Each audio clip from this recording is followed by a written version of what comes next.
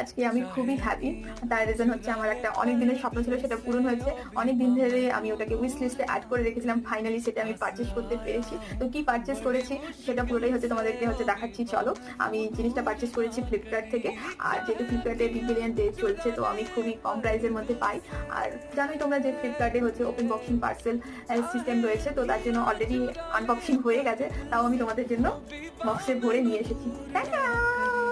এই দেখো, এই দেখো, অ্যাপল আইফোন 15 আমি পারচেজ করেছি। এটা হচ্ছে 256 GB ভেরিয়েন্টে নিয়েছি আমি। এই যে, তো এটার কালার হচ্ছে ব্লু।